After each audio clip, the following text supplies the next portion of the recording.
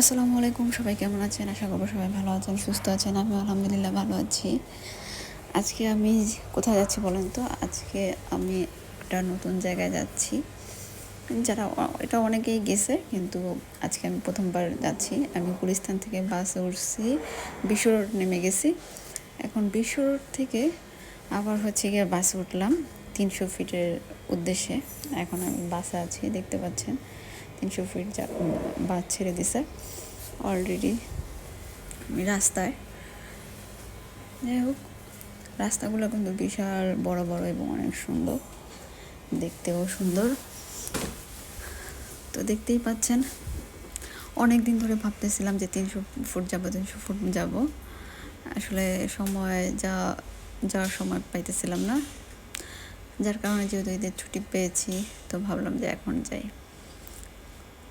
শেষমেশ আমরা 300 ফিটের 3 নম্বর সরণিতে চলে আসছি, নীলা মার্কেট। এখানে আমি ছোট্ট একটা ভিডিও নিয়ে নিছি, দেখেন উপর থেকে। এখানে আসলে একটা বিদেশি ফিল আসে, কারণ বাইরের দেশের রাস্তাগুলো এরকম, উপরে একটা রাস্তা, নিচে একটা রাস্তা। কিন্তু 300 ফিটের একটা জিনিস আমার খুবই খারাপ লাগছে, যে আসলে আমরা বাঙালি তো, কিছু বলার নাই, মানে কি বলে, সব জায়গায় ময়লা টয়লা ফেলে রাখছে, এই জিনিসটা খারাপ লাগছে। এছাড়া ওভারঅল সব কিছু ভালো ছিল। যাই হোক, এখন আমি এখানে চলে আসছি খাবার খেতে।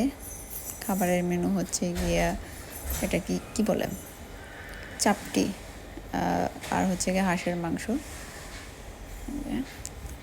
অনেক ভিড় ছিল খাবারের জায়গায়।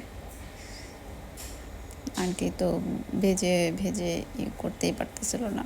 যাই হোক, অনেকগুলো লোক আছিল। এই যে হাঁসের মাংসটা দেখতে পাচ্ছেন, এতে কিন্তু আরও আইটেম আছে, গরুর মাংস আছে, এবং গিয়ে কী বলে, ডিম চিতই আছে, ভর্তাও আছে। কিন্তু আমি হাঁসের মাংসটা নিয়েছি। হাঁসের মাংসটার প্রাইস ছিল 250 টাকা করে 5 পিস।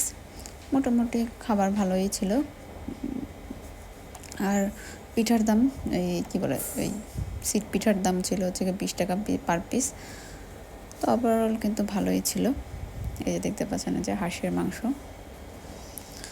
আর এই যে আমার পিঠা। আমি 2টা পিঠা নিয়েছিলাম, আর গিয়ে হাঁসের মাংস 1 বাটি নিয়েছিলাম।